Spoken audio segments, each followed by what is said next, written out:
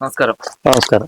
നമ്മൾ മലയാളി വോയിസിലേക്ക് സ്വാഗതം. അങ്ങയുടെ ജീവിത സാഹചര്യങ്ങളും അങ്ങനെ കാര്യങ്ങളും സിനിമയോട് ബന്ധപ്പെട്ടുള്ള കാര്യങ്ങൾ ചോദിച്ച് അതിനെക്കുറിച്ച് നമുക്ക് പ്രേക്ഷകരിലേക്ക് എത്തിക്കുക എന്നുള്ളതാണ് നമ്മുടെ ഒരു ചാനലിന്റെ നാടക മേഖലയിൽ നിന്നും ഒക്കെയല്ലേ അങ്ങയുടെ വളർച്ചയും? നാടകം മാത്രമല്ല, നമ്മള് ബാല ട്രൂപ്പിൽ അതുപോലെ തന്നെ മിമിക്രി, കഥാപ്രസംഗം, അങ്ങനെ ഒരു നീണ്ട ഒരു സംഭവം തന്നെയാണ് സമിതി എന്ന് വെച്ചാല്.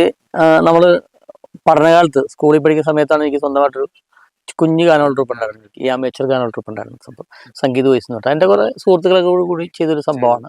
കൂടെ പഠിച്ചവരും അല്ലാത്തവരും ഒക്കെ ആയിട്ടുള്ള ആൾക്കാർക്ക് വേണ്ടിയിട്ടുള്ള ഞാൻ ഞങ്ങൾ കൂടി ചെയ്തൊരു പ്രവൃത്തിയാണ് സംഭവം. ആ കൂട്ടായ്മ ഇപ്പോഴും ഉണ്ട്. അത് ഇപ്പോഴും കളഞ്ഞിട്ടില്ല. അതില് ഒരു മെയിൻ ഗായകനായ ജോഷി കഴിഞ്ഞ വർഷം മരിക്കേണ്ട സംഭവം. അതുപോലെ തബലിസ്ഥാൻ പുറസ്യനാണെങ്കിലും പാട്ടൻ്റെ മേശാണെങ്കിലും ഓടക്കുള്ളേക്കണ ജോയി ആണെങ്കിലും ഞങ്ങളുടെ പ്രകാശേട്ടനാണെങ്കിലും ഞങ്ങളുടെ ഗ്യാങ് ഇപ്പോഴും ഉണ്ട്. എല്ലാവരോട്ടുള്ള മീറ്റിംഗ് ഇടയ്ക്കിടയ്ക്ക് നടത്താറുണ്ട് സംഭവം. അത് ഇതിന്റെയൊക്കെ ഒരു വളർച്ചയുടെ ഒരു പ്രധാനപ്പെട്ട ഭാഗമായിരിക്കും. പിന്നെ അത് ഞാൻ എപ്പോഴും വിളിക്കുക അല്ലെങ്കിൽ ചെന്ന് കാണും. നമ്മൾ ഇപ്പം ഈ നിൽക്കുന്ന ഒരു പൊസിഷനിലെത്താൻ കാരണക്കാരെ അവർ തന്നെയൊക്കെയാണ് ശരിക്കും. അവരെ ചവിട്ടിയാണ് നമ്മൾ കയറുന്നത്. അപ്പം നമ്മളുടെ നാട്ടിൽ ചെന്നാലും ഞാൻ ആരെ കണ്ടാലും അല്ലെങ്കിൽ നാട്ടിലുള്ള ആൾക്കാരെ എവിടെ വെച്ചുകൊണ്ടാലും ഞാൻ ചെന്ന് സംസാരിക്കും. സാറിന് ഇപ്പൊ എഴുത്ത് ഉണ്ടല്ലേ, അപ്പൊ അതിന്റെ ഭാഗമായിട്ട് എല്ലാവരുമായിട്ട് എഴുത്തുകൾ വെച്ചാൽ നമ്മള് ശരിക്കും പറഞ്ഞ ഒരു എഴുത്തുകാരല്ലല്ലോ. നമ്മൾ സ്കൂളിൽ പഠിക്കുമ്പോഴും പോലും നോട്ട് ബുക്ക് എഴുതാത്ത ആളാണ്. അത് നമ്മളെ എഴുത്തുകാരനായി എന്ന് പറഞ്ഞാൽ ഭയങ്കര രസമുള്ള സംഭവം. അതായത് ഞാൻ ആ ഒരു കാലഘട്ടത്തിൽ കഥാപ്രസംഗം വലിയ സംഭവമായിരുന്നു. അപ്പോൾ ഞാൻ ബാല ട്രൂപ്പിലാണ് ചെറിയ കുട്ടി ഡാൻസ് കളിക്കാൻ വേണ്ടി ഞാൻ PN ശശി എന്ന് പറഞ്ഞൊരു അദ്ദേഹത്തിന് ദുർഗ നൃത്തകലാലയത്തിലാണ് നമ്മൾ ആദ്യമായിട്ട് പോകുന്നത്. അപ്പോൾ അവിടെ ഡാൻസ് പരിപാടിയൊക്കെ ഉണ്ടെങ്കിൽ പോലും ഈ ബാല കളിക്കുമ്പോൾ കുറേ ആൾക്കാരുണ്ടല്ലോ, എല്ലാവരും പേരുമ്പോൾ നമ്മളെയൊന്നും ഒരാളറിയില്ല. അങ്ങനെ ഞാൻ പലരോടും ചോദിച്ചപ്പോൾ പറഞ്ഞാ ഇപ്പം കഥാപ്രസംഗം വലിയ സംഭവമല്ലേ. അന്ന് സാംബശിവൻ സാറ്, അതുപോലെ തന്നെ കലാമംഗലം സാന്ത മാഷു, ചേത്ത ബാലൻ സാറ്, മധുരം ഉണ്ണികൃഷ്ണൻ, അങ്ങനെ കണക്കില്ലാത്ത കാതിയന്മാരുടെ സമയത്താണ് നമ്മളുടെ വരവ്. അപ്പം ഞാൻ എല്ലാ പരിപാടിയും പോകും, കാണുന്ന എല്ലാ അമ്പലങ്ങളിലും പോകും.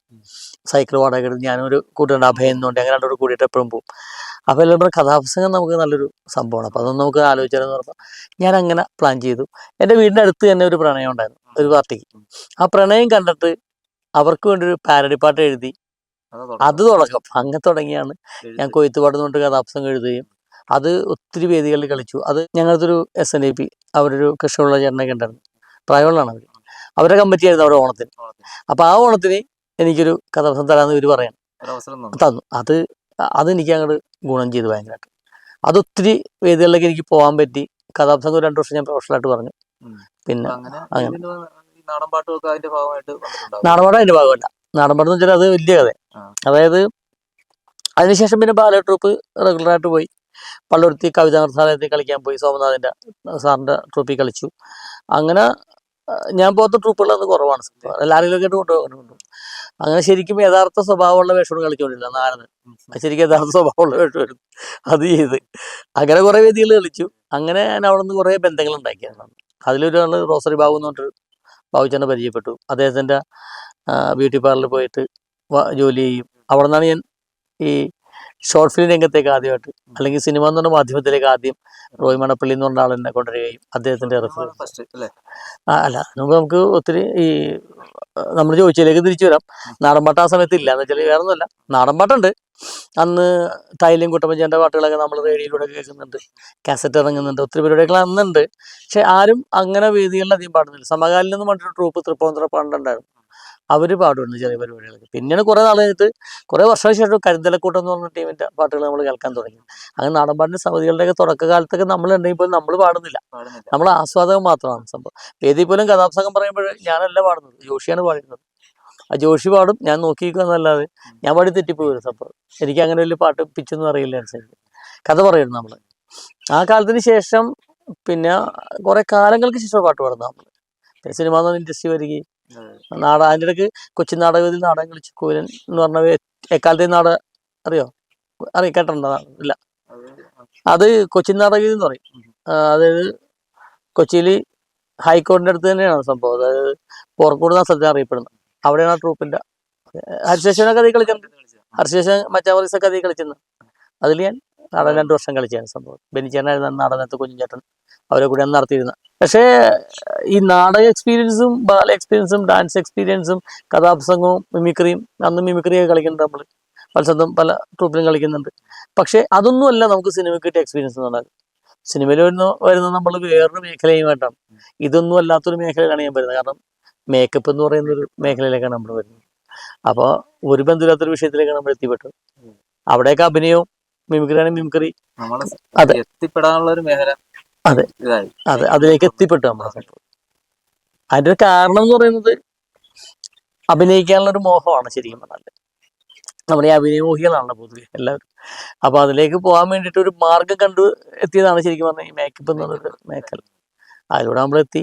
അതിന് കാരണക്കാരനായത് റോസറി ബാബു എന്ന് പറയുന്ന ഒരു നൃത്താധ്യാപകനാണ്. അദ്ദേഹത്തിൻ്റെ ഒരു ബ്യൂട്ടി പാർലറിൽ പോവുകയും അവിടുത്തെ പ്രോഗ്രാമിൽ പങ്കെടുക്കുകയും, അവർക്ക് ട്രൂപ്പ് ഉണ്ടായിരുന്നു, അതിൽ മിമിക്രിയും അവരെ ഡാൻസും ഒക്കെ ആയിട്ട് കളിച്ച് നടക്കുന്ന സമയത്താണ് റോയ് മണപ്പള്ളി ശ്രാവണം എന്ന് പറഞ്ഞൊരു ഷോർട്ട് ഫിലിം ചെയ്യുന്നു. അന്ന് ടെലിഫിലിം എന്ന് അറിയപ്പെടുന്നത്, ടെലിഫിലിം ചെയ്യുന്നു. അതിന് കൊറിയോഗ്രാഫി ചെയ്യാൻ വേണ്ടി അദ്ദേഹത്തെ വിളിക്കാൻ വന്നതാണ് ഇവരെല്ലാവരും കൂടി. അങ്ങനെയാണ് അതിൽ മേക്കപ്പായിട്ട് ഞാൻ വരുന്നത്. പിന്നെ ആ ഒരു കൈ പിടിച്ച് അവരെന്നെ കൊണ്ടുപോയിട്ട് പിന്നെ പുറകോട്ട് തിരിഞ്ഞു നോക്കിയിട്ടില്ല. ചെയ്തു. അത് അയ്യോ, ആ കഥ പറയാൻ നിങ്ങൾക്ക് 5 എപ്പിസോഡും ചെയ്യാൻ പറ്റും ആ കഥ പറയാൻ. കാരണം മേക്കപ്പിന്റെ ABC അറിയുന്ന സമയത്താണ് ഞാൻ മേക്കപ്പ് ചെയ്യാൻ വരുന്നത്. അപ്പൊ മേക്കപ്പ് ചെയ്യാന്ന് പറഞ്ഞാൽ വലിയ പണിയാണ്. അത് അന്നറിയില്ല. അന്ന് നമുക്ക് എങ്ങനെയും എൻട്രി കിട്ടുക എന്നുള്ളതാണല്ലോ. കിട്ടിയ മെറ്റീരിയലൊക്കെ വെച്ചിട്ടാണ് നമ്മളന്ന് വർക്ക് ചെയ്യുന്നത്. ശരിക്കും അന്നത്തെ അയ്യോ അന്നത്തെ പോലെ അന്ന് അവൈലബിലിറ്റി കുറവാണല്ലോ, വർക്കിന് മെറ്റീരിയലിന്റെ അവൈലബിലിറ്റി കുറവാണ്. പക്ഷെ എങ്കിൽ പോലും നമ്മൾ ആ ഇൻഡസ്ട്രി പിടിച്ചു എന്നുള്ളതാണ്. പിന്നീട് നമുക്ക് ഇവിടം വരെയൊക്കെ എത്താൻ പറ്റും, ഒത്തിരി സംഭവം ചെയ്യാൻ പറ്റും. ഇപ്പം നമ്മൾ ചെയ്യുന്ന മേക്കപ്പിൻ്റെ എന്ന് പറഞ്ഞാൽ SFX സ്പെഷ്യൽ എന്ന് പറഞ്ഞൊരു മേക്കപ്പ്, നമ്മൾ സ്പെഷ്യൽ മേക്കപ്പ് ഒക്കെ ചെയ്യുന്നുണ്ട് ശരിക്കും പറഞ്ഞാൽ. അത് എക്സ്പീരിയൻസിലൂടെ ഉണ്ടായതാണ്. ശരി, ഷോർട്ട് ഫിലിമിലാണല്ലോ സ്റ്റാർട്ട് ചെയ്യുന്നത്. അതെ, ഷോർട്ട് ഫിലിമിൽ നമ്മൾ പിന്നെ കുറെ വർക്കുകൾ ചെയ്തത് നിങ്ങളുടെ നാട്ടിൽ അഞ്ചൽപ്പെട്ടിയിൽ. അതിനുശേഷം 4-5 വർക്ക് കഴിഞ്ഞ 6-7 വർക്ക് കഴിഞ്ഞപ്പോഴാണ് അൻവർ കളമശ്ശേരി എന്നോട് പറഞ്ഞിട്ട് ഞാൻ ഒരു വർക്കായിട്ട് ബന്ധപ്പെട്ട് അഞ്ചൽപ്പെട്ടി ഓണക്കൂർ ഞാനൊരു വർക്ക് ചെയ്യാൻ വേണ്ടി വന്നത്. ഒരു 4-5 ദിവസം ഉണ്ടായിരുന്നു സംഭവം. അവിടെ ഒരു വർക്ക് ചെയ്തിട്ടുണ്ട് ഞങ്ങൾ. അതാണ് എനിക്ക് ഈ സ്ഥലങ്ങളൊക്കെ അത്ര അറിയാവുന്ന സംഭവം. പിന്നെ ആ മനോഹരമായ ഒരു സ്ഥലത്ത് ഞങ്ങൾ വന്ന് വർക്ക് ചെയ്യും. അതിനുശേഷം പിന്നെ ഇങ്ങനെ പലരായിട്ട് കണക്ട് ചെയ്ത്, അപ്പം ഇങ്ങനെ കണക്ഷൻ വരുമ്പോൾ വിളിക്കുമല്ലോ അടുത്ത്.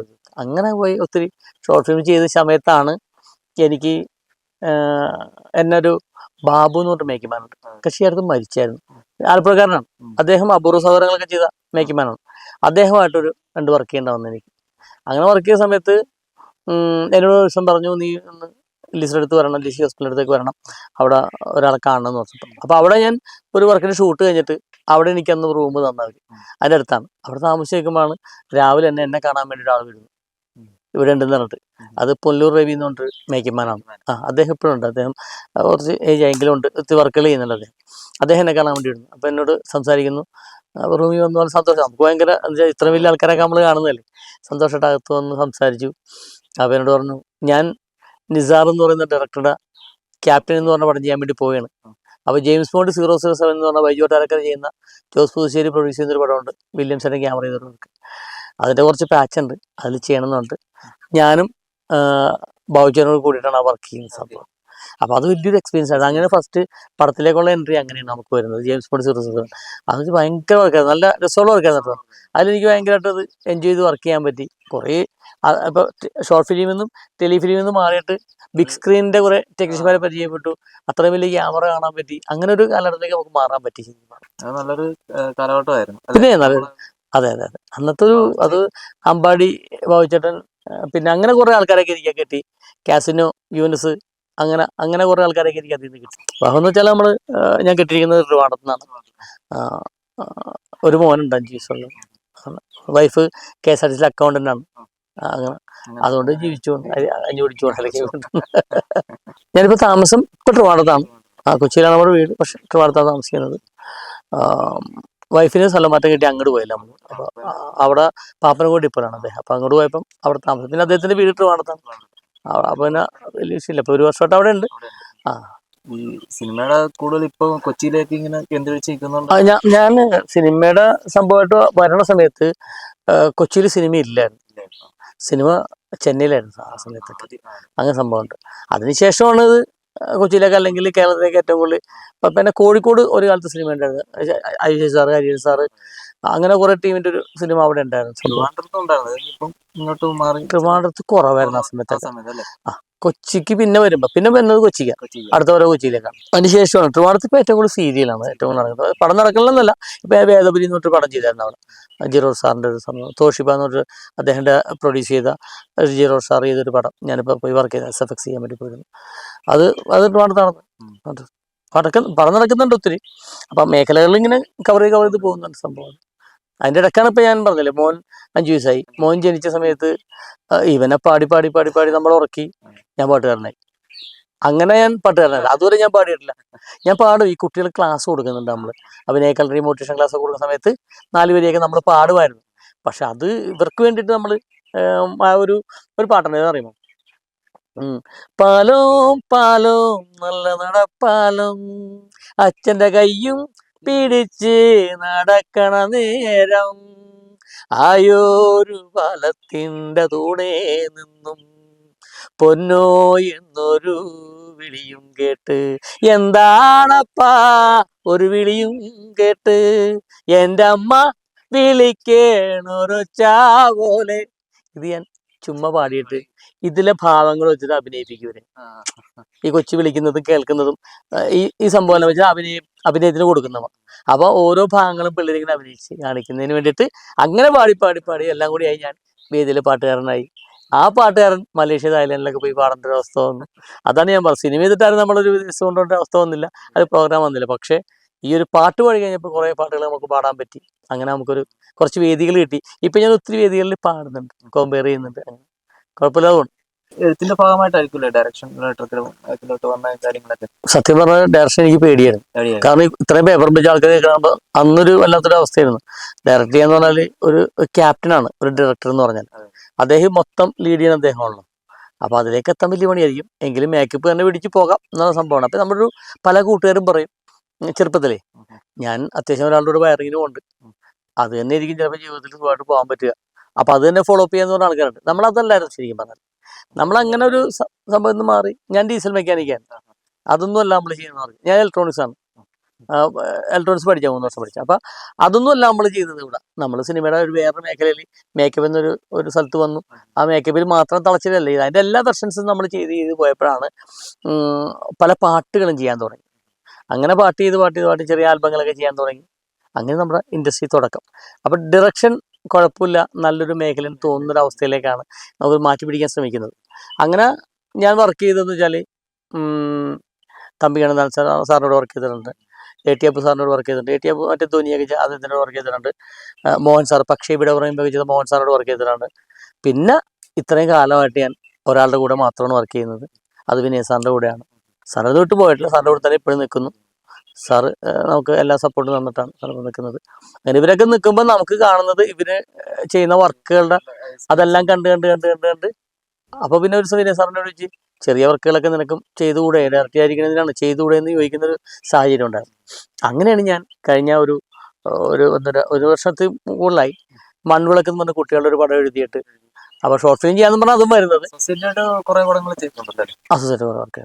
അപ്പൊ അങ്ങനെ ചെയ്ത് സമയത്താണ് ഈ ഒരു ഷോർട്ട് ഫിലിം ചെയ്യാൻ വേണ്ടി വരുന്നത് മൺവിളക്കുന്നുണ്ട്. അതിനെ എഴുതി കഴിഞ്ഞപ്പോൾ ഒന്ന് ഡെവലപ്പ് ചെയ്യണമല്ലോ എനിക്ക് തോന്നിയപ്പം 1/2 മണിക്കൂർ എന്നുള്ളത് 3/4 മണിക്കൂറാക്കാന്ന് വിചാരിച്ചു. അങ്ങനെ എഴുതി 2 മണിക്കൂർ സിനിമയായി സാധനം. അത് ഞാൻ കുഴപ്പമില്ല ഷൂട്ട് ചെയ്ത് അതിൻ്റെ റിവ്യൂ കഴിഞ്ഞു. ഇനി എൻ്റെ ഒരു എഡിറ്റിംഗ് കൂടെ കഴിഞ്ഞ് നമുക്ക് അത് റിലീസ് ചെയ്യാം. അതിൻ്റെ റിലീസിങ്ങിനോടൊപ്പം തന്നെ എൻ്റെ സ്വന്തം എന്ന് പറഞ്ഞിട്ട് പുതിയ പടം നമ്മൾ ചെയ്യാൻ വേണ്ടി നമ്മുടെ നടൻ ശങ്കരേട്ടൻ മഞ്ഞിൽ പൂക്കൾ അദ്ദേഹത്തെ സെൻട്രൽ ക്യാരക്ടർ വെച്ചിട്ട് ഞാനൊരു സാധനം പ്ലാൻ ചെയ്തിട്ടുണ്ട്, എൻ്റെ സ്വന്തം എന്ന് പറഞ്ഞിട്ട്. അതിന്റെ പണിപ്പുരയിലാണ് നമ്മൾ. പാട്ട് എഴുതുന്നതിന്റെ ഭാഗമായിട്ട് പറഞ്ഞാൽ പാട്ട് വെച്ചാലേ ഇതിലും വലിയ കോമഡി വെച്ചാല് പാട്ട് എഴുതാനല്ല, എല്ലാവരും പാട്ടും നമ്മൾ കേൾക്കും. ബിജു തിരുമല സാറിന്റെ പാട്ട്, കൈതപ്പൻ സാറിന്റെ പാട്ട്, വല്ലാണ്ട പാട്ടുകൾ എല്ലാം നമ്മൾ കേൾക്കുന്നുണ്ടല്ലോ. അത് കേട്ടാണല്ലോ നമ്മുടെ അറിയാം. ഒരു ദിവസം തുടങ്ങണ തന്നെ ഇവരെയൊക്കെ പാട്ടുകൾ കേട്ടുകൊണ്ടാണ്, സംഭവം ദാസന്റെ പാട്ട് കേട്ടുകൊണ്ടാണെങ്കിലും ഇവരൊക്കെ എഴുതിയ പാട്ടുകൾ ഒക്കെ കേട്ടാണ് നമ്മൾ വരുന്നത്. അപ്പം കുഞ്ഞിപ്പടന്റെ പേരിൽ നമുക്ക് തന്നെ എഴുതാന്ന് നമ്മുടെ കൂടെ നിന്ന് ഫിനാൻസ് കൺട്രോളറായ നമുക്ക് വേണ്ടി എല്ലാം ഹെൽപ്പ് ചെയ്ത പ്രശാന്ത് M. സേനൻ എന്ന് പറഞ്ഞിട്ട് അദ്ദേഹം സോളാറിന്റെ ബിസിനസ് ഒക്കെ ഉള്ളതാണ്. പക്ഷെ എങ്കിൽ നമ്മുടെ പടത്തിൽ അദ്ദേഹം സജീവമായിട്ട് നമ്മുടെ കൂടെ ഉണ്ടായിരുന്നു. അപ്പൊ അദ്ദേഹം പറഞ്ഞ് സാറ് തന്നെ എഴുതുന്നേ, അല്ല സാറ് ഇതായിരിക്കും ഇപ്പോൾ ഒരാളെ കൊണ്ട് എഴുതിക്കണ്ടല്ലോ വെച്ചിട്ട് അങ്ങനെ ഇദ്ദേഹം രാത്രി ഒരു 10 മണി തുടങ്ങി ഇങ്ങനെ വിളിക്കും, രാത്രി 12 മണിക്കൊക്കെ വിളിക്കും. അങ്ങനെ എഴുതിയാണ്. അത് നമ്മുടെ ചാലക്കുടിക്കാരൻ ചങ്ങാതി എന്ന് പറഞ്ഞ വിനീത് സാറിന്റെ പടത്തിൽ പാടിയ പ്രശാന്ത് പുതുക്കിരി ഉണ്ട്, പ്ലേ ബാക്ക് സിംഗർ. അദ്ദേഹമാണ് നമുക്ക് വേണ്ടി പാടിയത്. അദ്ദേഹത്തിന്റെ മകളാണ് വൈകാലക്ഷ്മി, ഫ്ലേവേഴ്സിൽ ടോപ്പ് സിംഗറിലുണ്ടായിരുന്ന കുട്ടിയാണത്. അപ്പൊ ആ കുട്ടിയാണത് നമുക്ക് വേണ്ടി. ഇവര് അച്ഛനും മോളും കൂടെയാണ് ഡ്യൂറ്റ് പാടിയിരിക്കുന്നത് ശരിക്കും പറഞ്ഞാൽ. അപ്പൊ അതങ്ങനെ പാടി.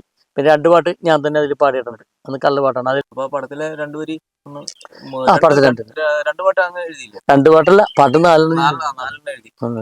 അതില് 3 പാട്ട് പടത്തിലുണ്ട്, ഒരു പാട്ട് നമ്മൾ മാറ്റി വെച്ചിട്ടുണ്ട്. പിന്നെ ഒരെണ്ണമുള്ളത് പ്രാർത്ഥനയാണ്. അത് നമ്മൾ പണ്ട് പോലെയുള്ള ഒരു പ്രാർത്ഥന തന്നെ നമ്മൾ സ്കൂളിലേക്ക് വേണ്ടി ചെയ്താണ് സംഭവം. അത് രണ്ടും വെച്ചാൽ മഞ്ഞിലിളം കാറ്റിൽ കൈതപ്പൂ മണം വീശുന്നു, എന്തു പറയാനായി ഇന്നിവിടെ എന്തിനു വന്നു നീ, സന്ധ്യമയങ്ങാറായി വാനിൽ താരകം മിന്നാറായി, കൺമണി പെൺമണിയെ കൂരിൽ നിന്നെ ആരും തേടുകില്ലേ, എന്തിനു വന്നു നീ, എന്തിനു വന്നു നീ, ഈ അമ്പലമുറ്റത്തെ ആൽമരച്ചോട്ടിൽ എന്തിനു വന്നു നീ. കഥ എഴുതിയിട്ടുണ്ട്, അതുപോലെ തന്നെ ഡയറക്ഷൻ ചെയ്തിട്ടുണ്ട്. അഭിനയ രംഗത്തേക്ക് ഒക്കെ വന്നിട്ടുണ്ടോ അതിന്റെ ഭാഗമായിട്ട് തന്നെ? അതിൽ ഞാൻ അതിനൊക്കെ അഭിനയിച്ചിട്ടുണ്ട്. പക്ഷെ മൺവിളക്കിൽ ഞാൻ നായകനായിട്ട് ചെയ്യുന്നൊരു പയ്യനുണ്ട്, ഒരു 12-13 വയസ്സുള്ള പയ്യൻ, ഡൊമിനിക് ബോബി എന്ന് പറഞ്ഞ പയ്യൻ, കിഴക്കമ്പലത്തുള്ള പയ്യനാണ് അഭിനയിച്ചത്. അതിനകത്ത് നല്ല പയ്യനാണ് ചെയ്തിട്ടുണ്ട്. അപ്പോൾ ഇവർക്കൊക്കെ നമ്മൾ ക്യാമ്പ് കൊടുത്തിട്ടാണ് ചെയ്തത്. പിള്ളേർക്കെല്ലാം ക്യാമ്പ് കൊടുത്തിട്ടാണ് ചെയ്തത്. അതിന് അസീസിയ എന്ന് പറയുന്ന പാലക്കാടുള്ള ഒരു കൺവെൻഷൻ സെൻ്റർ ഉണ്ട്. അസീസിക്കൊക്കെ നമ്മൾ സപ്പോർട്ട് ചെയ്തു. കാരണം വലിയൊരു ഓഡിറ്റോറിയം നമുക്ക് കൊണ്ട് ഹോളൊക്കെ വിട്ടു തന്ന സംഭവം. അപ്പോൾ അതിന് നമുക്ക് ഏറ്റവും സപ്പോർട്ട് ചെയ്തത് ജോൺ പോൾ സാറായിരുന്നു. മരിച്ചു സംവിധാനം ജോൺ പോൾ സാറാണ് അതിനുവേണ്ടി ക്യാമ്പിലൊക്കെ വന്നതൊക്കെ സപ്പോർട്ട് ചെയ്തതൊക്കെ. അപ്പോൾ പക്ഷേ ആ ക്യാമ്പിലൊക്കെ വെച്ചാൽ പിള്ളേരൊക്കെ റെഡിയാക്കിയിട്ട് നമ്മൾ ചെയ്തു. അപ്പോൾ അതിലിങ്ങനെ ഇന്ദ്രൻസേട്ടനെ ക്യാരക്ടർ കൊടുക്കുക എന്നുള്ളതായിരുന്നു പറഞ്ഞത്. അപ്പോൾ രാജൻ പീതൻ്റെ മൂത്തവനുണ്ട്, മറ്റേ ജുബിൽ രാജൻ പീത്, അദ്ദേഹത്തിനോട് പറഞ്ഞു, ഒരു സനീഷ് എന്ന് പറഞ്ഞൊരു ഫ്രണ്ട് ഉണ്ട്, ഞങ്ങൾക്ക് കോമൺ ഫ്രണ്ട്സാണ്. അപ്പോൾ അവർ പറഞ്ഞു, റോജ ഇൻഷുറൻസ് പറയുകയാണെങ്കിൽ ഒരു എമൗണ്ട് കൊടുത്ത് കൊണ്ടുവരണം. അതെ, ഇതാകുമ്പം കോച്ചും ചെയ്യണമെങ്കിൽ ഒരു വെള്ളോടി സംഭവമല്ലേ ഉള്ളു, അത് ചെയ്യാനൊരു പുതിയൊരു ക്യാരക്ടർ കിട്ടും, നമ്മൾ സെറ്റിലുണ്ടല്ലോ, നമുക്കിപ്പോൾ സഹകരിച്ച് ചെയ്യാനുള്ള സംഭവം. അങ്ങനെയാണ് അത് ചെയ്യാൻ വേണ്ടി ശ്രമിക്കുന്നത് നമ്മൾ. പക്ഷെ അത് ചെയ്തപ്പോൾ എല്ലാവർക്കും ഭയങ്കര ഇഷ്ടപ്പെട്ടു. മദ്യപാനായ ഒരു അപ്പൻ, അതുപോലെ ഈ സ്കൂളിൽ പഠിക്കുന്ന പയ്യനെ ഉപദ്രവിക്കുകയും, അവരുടെ ഭാര്യയായ അനു ജോസഫാണ് ചെയ്തിരിക്കുന്ന ക്യാരക്ടർ. അനു ജോസഫ് സീരിയലിൽ സിനിമയിലൊക്കെയുള്ള അനു ജോസഫ് എന്ന് പറഞ്ഞ കഥാപാത്രത്തിൻ്റെ ഭാര്യയെ അനാവശ്യമായിട്ട് മദ്യപിച്ച് മർദ്ദിക്കുകയും ഇടിക്കുകയൊക്കെ ചെയ്യുന്ന ഒരു സംഭവം കാണിക്കുന്നുണ്ടായിരുന്നു. അതൊക്കെ നമുക്ക് ചെയ്യാൻ പറ്റിയതിനകത്ത് പടം വരുമ്പോൾ എല്ലാവർക്കും കാണാൻ പറ്റുന്നത്. അപ്പോൾ അത്രയും വ്യത്യസ്തമായിട്ട് നമുക്ക് ചെയ്തു. പക്ഷെ ചില സാങ്കേതിക കാരണങ്ങളാണ് അത് റിലീസാകാൻ വൈകുന്നു. എന്തായാലും ഈ വർഷം എന്തായാലും അത് റിലീസാകും, അതിൻ്റെ പണിയിലാണ് എന്തായാലും. അപ്പോൾ അങ്ങനെ അഭിനയിച്ചു, നന്നായിട്ട് മുഴുവൻ അഭിനയിക്കാൻ പറ്റി. അല്ലാതെ വിനീത് സാറിൻ്റെ പടങ്ങളിലൊക്കെ ഞാൻ അഭിനയിക്കുന്നുണ്ട്. ചാലക്കുടിക്കാൻ ഞങ്ങൾ അഭിനയിച്ചു, 19 നൂറ്റാണ്ടിൽ അഭിനയിച്ചു, ആകാശങ്കറ്റൂരിൽ അഭിനയിച്ചു, യക്ഷിഞ്ഞാലിൽ ചെറിയ സംഭവം ചെയ്തു, അത് രഘുവൻ സുന്ദർ റസിയ എന്ന് പറഞ്ഞ പടത്തിൽ ചെയ്തു. ഇപ്പം അദ്ദേഹത്തിൻ്റെ മകൻ വിഷ്ണു വിനയ് ഡയറക്റ്റ് ചെയ്ത ആനന്ദ് ശ്രീബാല എന്ന് പറഞ്ഞിട്ട് പടം ഉണ്ടായിരുന്നു. ആ പടത്തിൽ ഞാൻ ഒരു അർജുനാശനായിട്ടുള്ള കോമ്പിനേഷൻ സീൻ ചെയ്തിട്ടുണ്ടായിരുന്നു. അത് കണ്ടവരൊക്കെ എന്നെ വിളിച്ചിട്ട് രജിസ്ട്രിയൊക്കെ ചെയ്തു. അപ്പം പല്ലിനെ വിളിച്ചിട്ട് ചോദിക്കുകയൊക്കെ ചെയ്തു ആ ക്യാരക്ടറിനെ കുറിച്ചിട്ട്. അതിൽ കൂടി ചെയ്തിട്ടുണ്ട്. അഭിനയമല്ല, എല്ലാ ടെക്നിക്കൽ വർക്കും എല്ലാം കൂടി നമ്മൾ ചെയ്തിട്ടുണ്ട്. ഒത്തിരി വർക്ക് അഭിനയത്തിൽ കുറച്ച് പടങ്ങൾ എന്തായാലും ഉണ്ട് സംഭവം. മാക്സിമം നേരത്തെ ഇഷ്ടം പോലെ പടം ചെയ്തിട്ടുണ്ട്. പലർക്കും വേണ്ടി ചെയ്തു കൊടുക്കാറുണ്ട് നമ്മൾ. അത് ഈ SFX സ്പെഷ്യൽ മാത്രം ചെയ്തു കൊടുക്കുന്ന സാഹചര്യങ്ങൾ ചെയ്തു കൊടുക്കാറുണ്ട്. ഒത്തിരി വർക്കുകൾ ചെയ്തു കൊടുക്കാറുണ്ട്. നമ്മൾ മേക്കപ്പ് ഒക്കെ ചെയ്യുമ്പോൾ ആളുകൾ പല രീതിയിലുള്ള ആളുകളാണല്ലോ. ഇപ്പോൾ നമ്മള് എല്ലാവരും നല്ല അഭിപ്രായം വരും, ചിലവരുടെ മോശമായ രീതിയിലൊക്കെ വരില്ല. അങ്ങനെ അനുഭവങ്ങളൊക്കെ ഉണ്ടായിട്ടുണ്ടെങ്കിൽ രണ്ടും ഉണ്ടാകും. നമുക്ക് ഇപ്പൊ ഒരു നാളിന് 2 വശം എന്ന് പറഞ്ഞ പോലെ എല്ലാത്തിനും 2 വശം ഉണ്ടല്ലോ. അപ്പൊ അത് പറയും, അതുണ്ടാവും. പക്ഷെ അല്ലാത്ത അനുഭവങ്ങളുണ്ട്. ഇപ്പൊ നന്നായിട്ട് ചെയ്താലും നമ്മളെ മോശമായിട്ട് ഇതിലിരിക്കുന്ന ഒത്തിരി പേരുണ്ട്. നമുക്ക് വർക്ക് തരാതിരിക്കാൻ വേണ്ടി ശ്രമിക്കുന്ന ഒത്തിരി ആൾക്കാരുണ്ടായിരുന്നു. അതുപോലെ അറിയാലോ, പല പ്രമുഖരുള്ള സമയത്താണ് നമ്മളുടെയൊക്കെ എൻട്രി എന്ന് പറഞ്ഞാൽ സംഭവം. അപ്പോൾ ചില പടങ്ങളിൽ നിന്ന് എന്നെ ഒഴിവാക്കാൻ പറഞ്ഞ ആൾക്കാരുണ്ട്. ചില വർക്കിൽ നിന്ന് പരമാവധി ഒഴിവാക്കിയിട്ടുണ്ട്. ചില ആഡ് ഫിലിംസിലൊക്കെ നമുക്ക് അഡ്വാൻസ് തന്നിട്ട് നമ്മൾ തലേദിവസം വിളിച്ചിട്ട് അതെ റോജ വർക്ക് മാറിയിട്ടാ, അപ്പോൾ വേറെ സംഭവം ഡേറ്റിൻ്റെ ഒരു പ്രശ്നം ഉണ്ടെന്ന് പറഞ്ഞിട്ട് ഒഴിവാക്കും. ഈ സമയത്താണ് സെറ്റിൽ നിന്ന് ആൾക്കാർ എന്നെ വിളിക്കുന്നത്, പരിചയക്കാർ വരുമ്പം. പക്ഷെ കണ്ടില്ല, അപ്പോൾ വേറെ ആളാണല്ലോ മേക്കപ്പ് എന്ത് പറ്റിയെന്ന് ചോദിക്കും. അപ്പോൾ ആ വർക്ക് തുടങ്ങി നമ്മളറിയാം. അപ്പോൾ നമ്മൾ ഒഴിവാക്കിയതാണെന്ന് നമുക്ക് മനസ്സിലായി. അപ്പം അങ്ങനെ ചില സാഹചര്യങ്ങളൊക്കെ ഉണ്ടായിട്ടുണ്ട്. അപ്പോൾ അത് ആരൊക്കെ എന്നുള്ളത് നമുക്ക് പേരെടുത്ത് പറയാൻ പറ്റില്ല. നമുക്ക് നമ്മുടെ അനുഭവങ്ങൾ അത് കഴിഞ്ഞു.